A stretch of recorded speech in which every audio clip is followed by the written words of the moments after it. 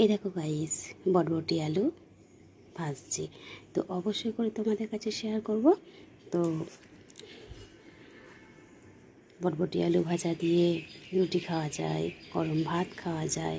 তো আমার তো খুব ভালো লাগে। আর আমার মিষ্টি বন্ধুদের কেমন লাগে বটবটি আলু ভাজা অবশ্যই করে আমাদেরকে কিন্তু জানাবে। আমি জানি তোমরা অনেক কিছুই রান্না করে খাও, তবুও ভালো লাগে কোনো কিছু করলে তোমাদের কাছে শেয়ার করতে। তো আশা করি তোমাদের ভিডিওটা ভালো লেগে থাকবে। তো অবশ্যই পরের ভিডিও নিয়ে আবার আসছি। সবাই খুব ভালো থেকো।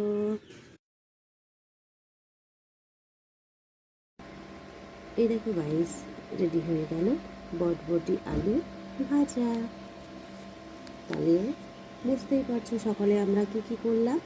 ডিম ডিম দিয়ে চিচিঙে আলু পটলের তরকারি করলাম, আর বটবটি আলু ভাজা।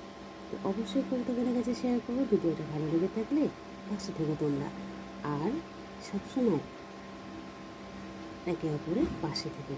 তো চলো, দুপুরে আবার কী মেনু হয় অবশ্যই করে তোমাদের কাছে তুলে ধরবো। আর যদি কিছু না হয় তো কালকে আবার পরের ভিডিও নিয়ে তোমাদের কাছে তুলে ধরবো। তো সবাই খুব ভালো থেকে সুস্থ থেকে এটাই কামনা করি, আর একে অপরের পাশে থেকে বন্ধুরা।